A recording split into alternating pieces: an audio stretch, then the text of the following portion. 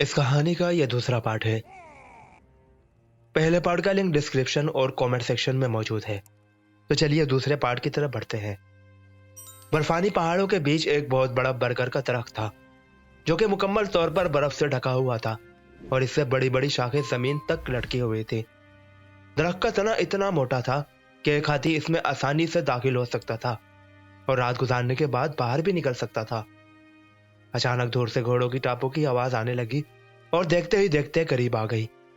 दूसरे ही लम्हे वहां वही सरकटा सवार मौजूद था।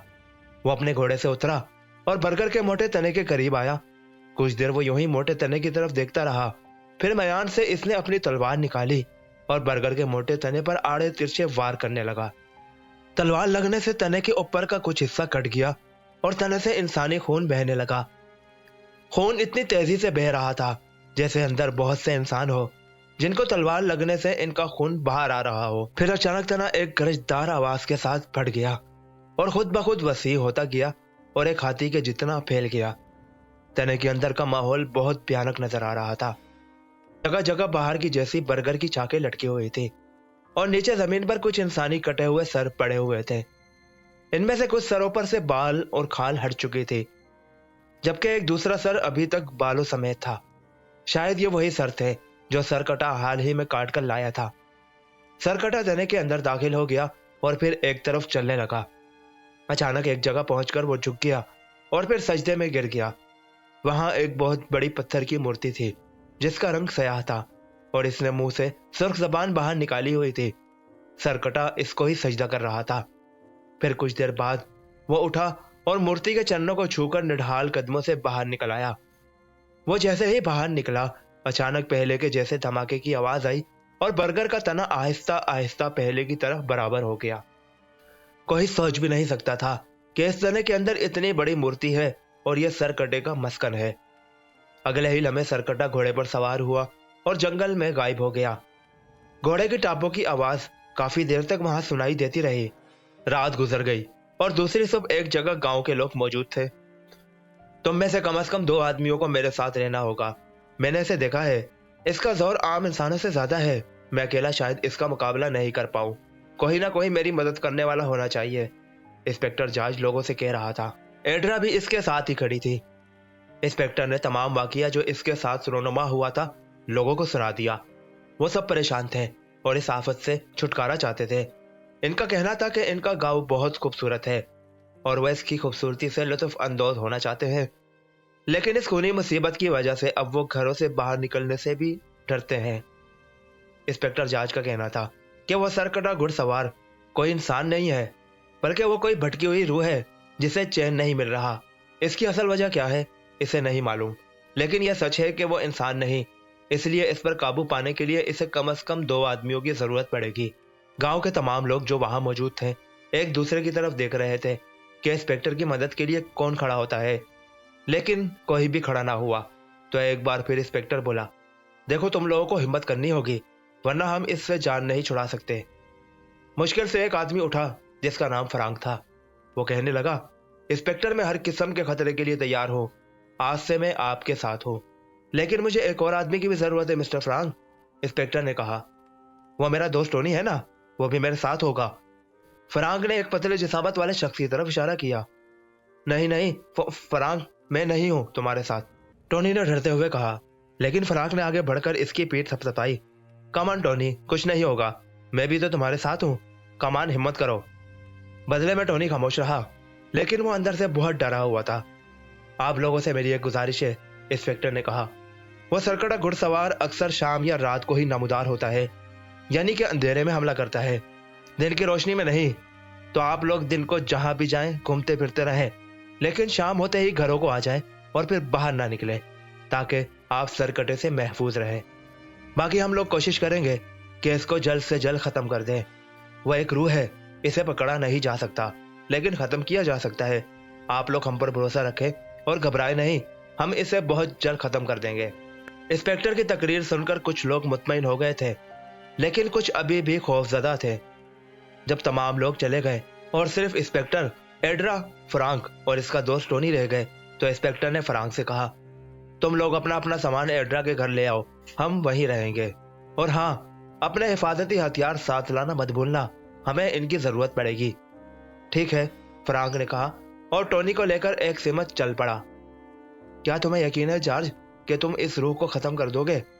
فرانک اور ٹونی کے جانے کے بعد ایڈرا نے انسپیکٹر سے سوال کیا۔ ہاں، میں کوشش کر کے دیکھوں گا کہ اسے مار دوں، لیکن اس کو مارنے کے لیے مجھے کوئی اور طریقہ اختیار کرنا پڑے گا۔ کیا طریقہ؟ ایڈرا نے سوالیہ نظروں سے جارج کی طرف دیکھتے ہوئے کہا۔ ایڈرا ڈیئر، وہ ایک روح ہے اور روح کو ایک انسان کی طرح ختم نہیں کیا جا سکتا۔ اس کے پاس انسان سے زیادہ طاقتیں ہوتی ہیں، اس لیے اس پر قابو پانے کے لیے بھی ایسی ہی طاقتوں کی ضرورت ہوتی ہے، انسپیکٹر نے کہا۔ تو تم کہاں سے لاؤ گے ایسی طاقت؟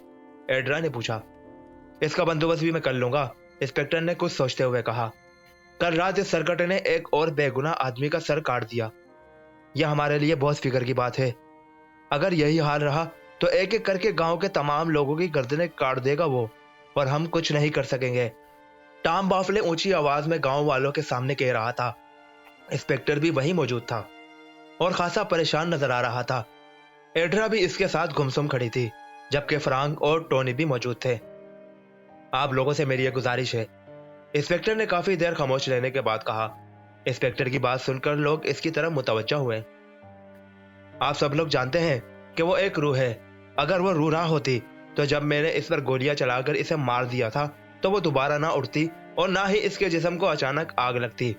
وہ ایک بدروح ہے اور اس کے ان حملوں سے لگتا ہے کہ وہ آپ لوگوں سے کوئی بڑا انتقام لے رہی ہے۔ کیسا انتقام انسپیکٹر؟ ہم لوگوں نے اس کا کیا بگاڑا ہے؟ نہ ہی ہمارا اس سے کوئی تعلق واسطہ پڑا ہے، بوڑھے ٹام نے انسپیکٹر سے سوال کیا۔ او مسٹر ٹام، میں یہ نہیں جانتا کہ اس کی آپ لوگوں سے کیا دشمنی ہے اور وہ آپ سب سے کس بات کا انتقام لینا چاہتا ہے۔ میں تو یہ بات اندازن کہہ رہا ہوں، کیونکہ جس طرح وہ آپ کے گاؤں کے لوگوں کے سر کاٹ رہا ہے، اس سے تو یہی ثابت ہوتا ہے کہ وہ آپ سے کوئی انتقام لے رہا ہے۔ ایک بات میری بلکہ کسی کی بھی سمجھ میں نہیں آ رہی، ٹام بافلے نے کہا۔ کون سی بات؟ انسپیکٹر نے حیران لہجے میں کہا۔ وہ جب بھی کسی کا سر کاٹتا ہے تو اپنے ساتھ وہ سر لے جاتا ہے، اور اب تک جتنی بھی لاشیں ملی ہیں ان کے دھڑ تو موجود ہیں لیکن سر غائب ہے، ٹام بافلے نے بتایا۔ یہی بات تو مجھے بھی پریشان کر رہی ہے ٹام۔ اس سے لگتا ہے یہ کوئی اہم راز ہے جس کو معلوم کرنا کافی مشکل ہے لیکن ناممکن نہیں۔ بہرحال آپ لوگ فکر مت کیجیے، یہ تو آپ سب جانتے ہیں کہ وہ جنگل کی طرف سے آتا ہے اور اسی طرف جا کر غائب ہو جاتا ہے۔ اس لیے اب میں نے فیصلہ کیا ہے کہ ہم اس کے پیچھے جنگل میں جائیں گے، اسے تلاش کریں گے اور اسے ختم کرنے کی کوشش کریں گے۔ آپ لوگ ہم پر بھروسہ کریں اور اپنے اپنے گھروں سے شام کے بعد نہ نکلا کریں، انسپیکٹر نے ٹام بافلے اور گاؤں والوں کو سمجھاتے ہوئے کہا۔ اس کے بعد لوگوں نے چند اور باتیں کہیں اور پھر آہستہ آہستہ وہ وہاں سے جانے لگے۔ آخرکار کچھ دیر بعد انسپیکٹر اور اس کے ساتھی بھی اپنی رہائش گاہ کی طرف چل پڑے۔ ایورسٹی گاؤں کے اس گھنے اور برفانی جنگل میں ایک جگہ برف سے ڈھپے ہوئے نالے کے قریب دو خیمے نصب تھے۔ دونوں خیموں کے ارد گرد خاردار تار سے بھاڑ لگی ہوئی تھی۔ یہ خیمے انسپیکٹر جارج، ایڈرا، مسٹر فرانک اور اس کے دوست ٹونی کے تھے۔ وہ پچھلے ایک ہفتے سے یہاں ڈیرا لگائے ہوئے تھے۔ کھانے پینے کے سامان اور حفاظتی ہتھیاروں سے لیس ہو کر وہ یہاں سرکٹے قاتل کی تلاش میں موجود تھے۔ انسپیکٹر اور ایڈرا کا خیمہ الگ تھا، جبکہ فرانک اور ٹونی ایک ہی خیمے میں تھے۔ ان کا یہ معمول تھا کہ صبح ہوتے ہی سرکٹے قاتل کی تلاش میں جنگل میں نکل پڑتے اور پھر شام سے کچھ دیر بعد اپنے خیموں میں واپس آ جاتے۔ اس ایک ہفتے میں انہوں نے پوری کوشش کی کہ وہ سرکٹے کو ڈھونڈ نکالے، لیکن انہیں کامیابی حاصل نہ ہوئی۔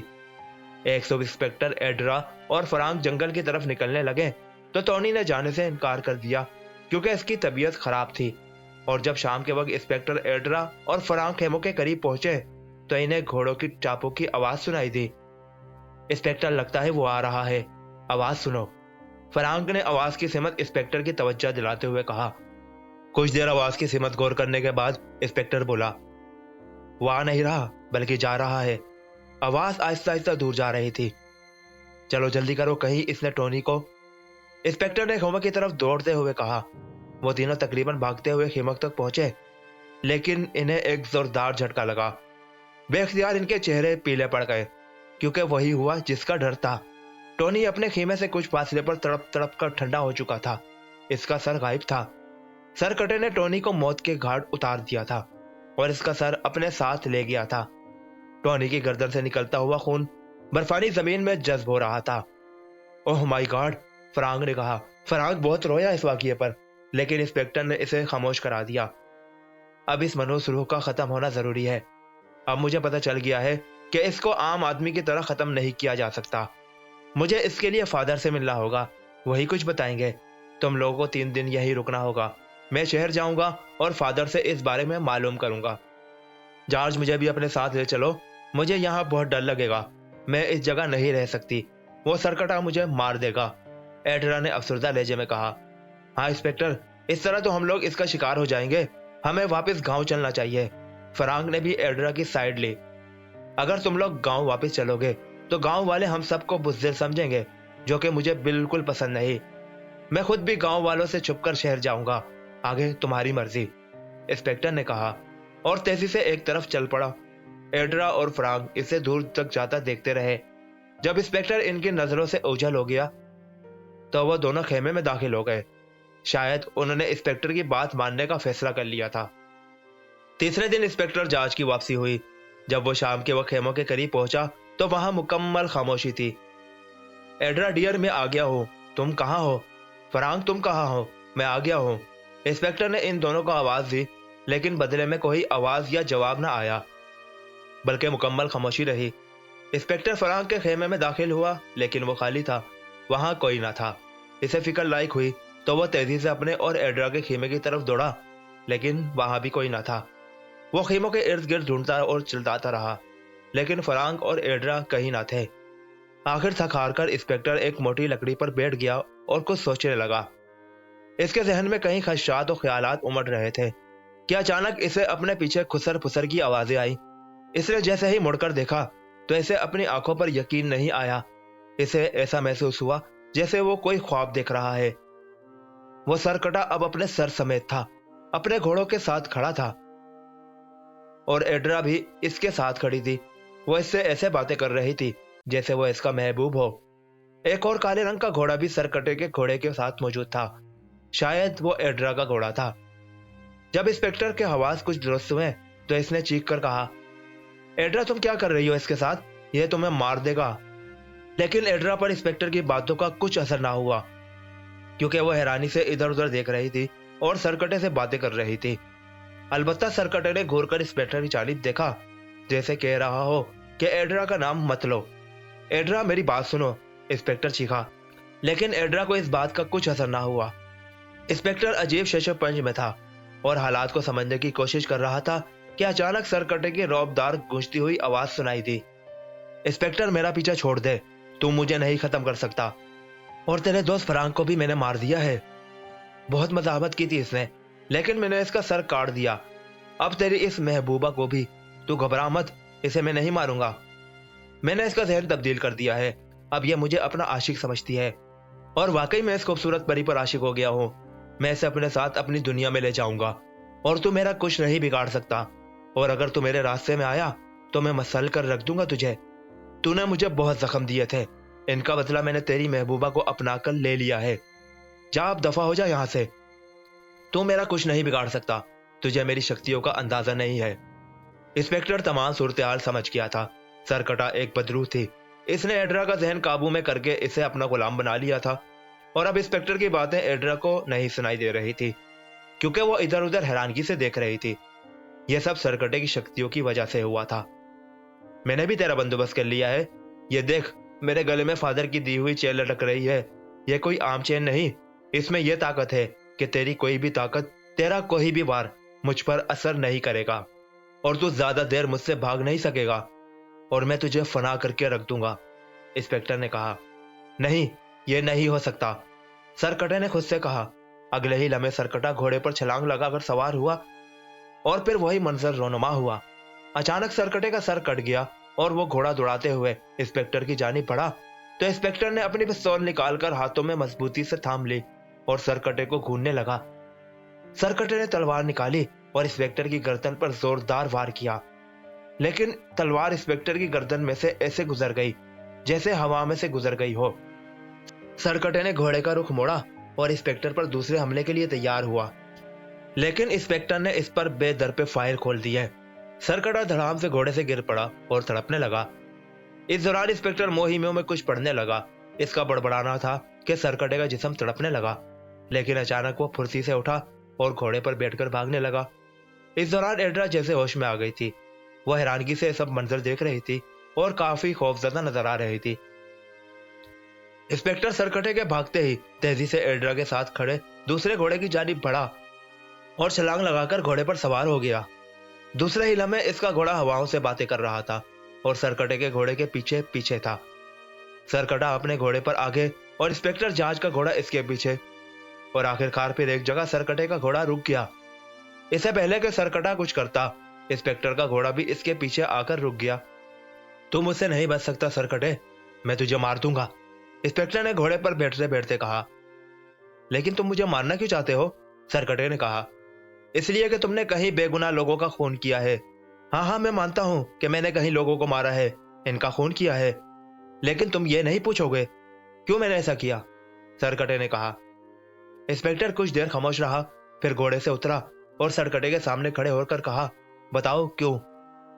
इसके लिए तुम्हें मेरी कहानी सुननी होगी। बोलो, सुनोगे मेरी कहानी? सरकटे की आवाज आई। हाँ सुनूंगा। सुनाओ अपनी आप भी थी, इंस्पेक्टर ने कहा। तो इंस्पेक्टर की बात सुनकर सरकटा घोड़े से उतरा और जमीन पर घुटनों के बल बैठ गया। फिर वो गोया हुआ। कभी मैं भी तुम्हारी तरह एक इंसान था और इसी गांव में जहां आज ये लोग आबाद हैं, मैं अपनी बेटी जूली के साथ रहता था। इस वक्त ये लोग तो मौजूद ना थे, लेकिन इनके आबाओ अजदाद मौजूद थे। इन्हीं में से एक गांव का सरदार माइकल था, जिसकी कोई औलाद ना थी। इसने औलाद की खातिर कई शादियां की, लेकिन इसे औलाद नसीब ना हुई। आखिरकार कई साल बाद एक दिन गार्ड ने इसे एक बेटी से नवाजा, लेकिन सरदार माइकल की बदकिस्मती कि इसकी बेटी अंधी पैदा हुई। लेकिन सरदार फिर भी बहुत खुश हुआ। इसने अपनी बेटी का बहुत इलाज करवाया, बड़े बड़े मुआलिजों से राब्ता किया, लेकिन इसकी बेटी को अफाका ना हुआ। वक्त गुजरता रहा। सरदार की बेटी जैन थी अंधी, लेकिन दौलत और आसाइश की वजह से जल्द नशुरमा पाती रही और काफी बड़ी हो गई। इस वक्त इसकी उम्र 7 साल थी और मेरी बेटी जूली की उम्र 8 साल।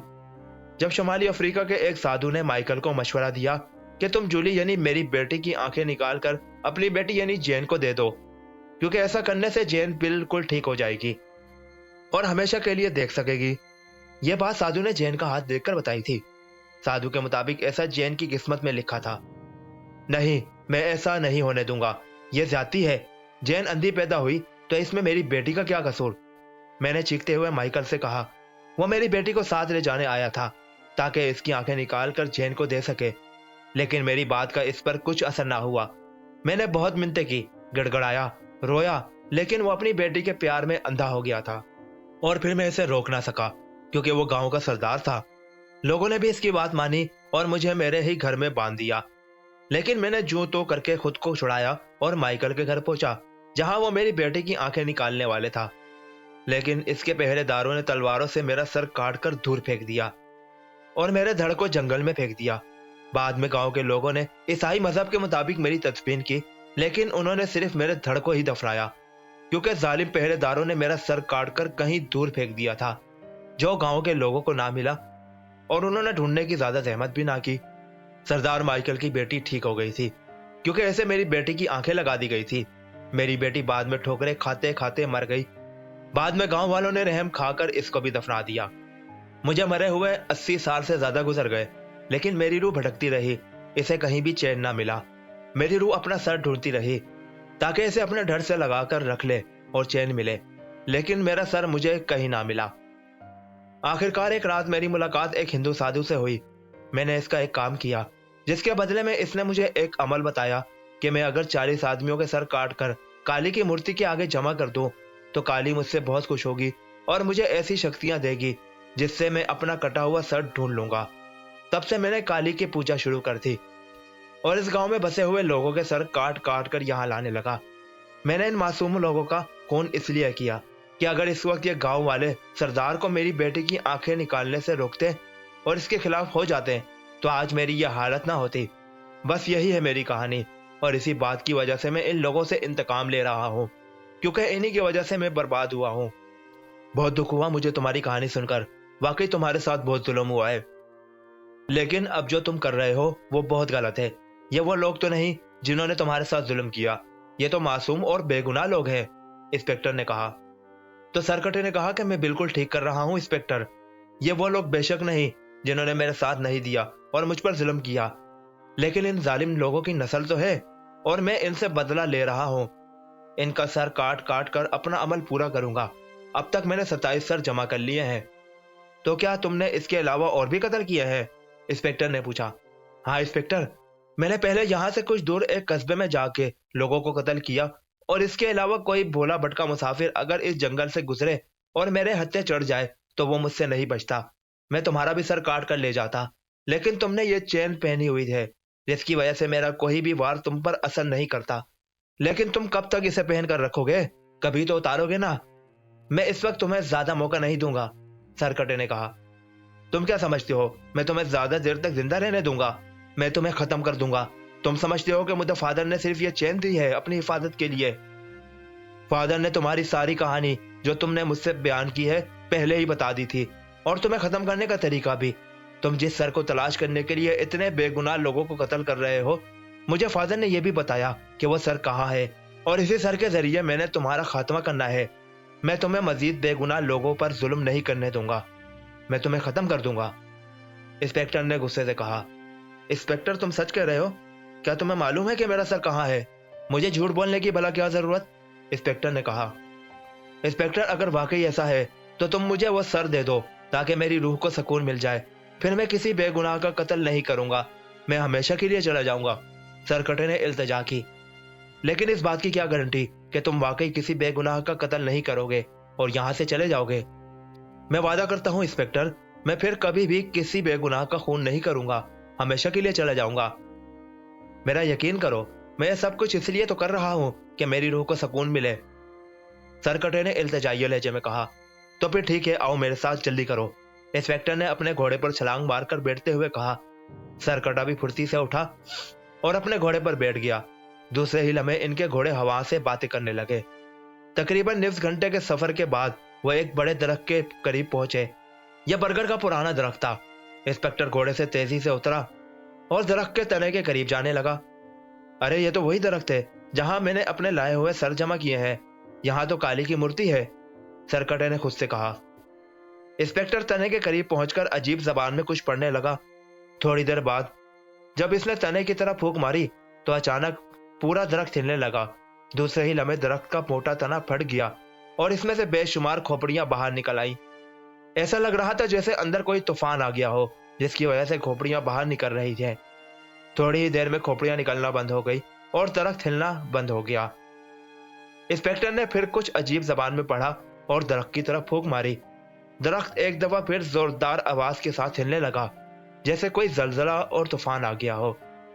अगले ही लम्हे बरगद से नीचे की तरफ लटकी हुई शाखों पर बेशुमार खोपड़ियां नाबुदार हुई। ये खोपड़ियां इंसानी थी और शाखों से लटकी हुई थी। दरख्त के हिलने की वजह से तमाम लटकी हुई खोपड़ियां अजीब पुरस्कार अंदाज में हिल रही थी। जल्दी करो सरकटे, पहचानो अपने सर को। इन खोपड़ियों में से एक है तुम्हारा सर। जल्दी करो और अपने सर को अपने हाथ में ले लो, इंस्पेक्टर ने चीखते हुए कहा। हाँ हाँ, सरकटे ने कहा, और दूसरे ही लम्हे वो छलांग लगाकर बेशुमार शाखों में से एक शाख पर झपट पड़ा। इसने अपना सर शायद पहले ही से पहचान लिया था। इसने खोपड़ी खींचकर शाख से अलहदा की। अभी वह जमीन पर उतरा था कि अचानक एक गिरजदार आवाज आई और सरकटा गायब हो गया। थोड़ी देर बाद हल्का हल्का धुआं छा गया और धुएं में सरकटा एक बार फिर नामदार हुआ, लेकिन इस बार वो अपने सर समेत एक ढांचे की सूरत में था।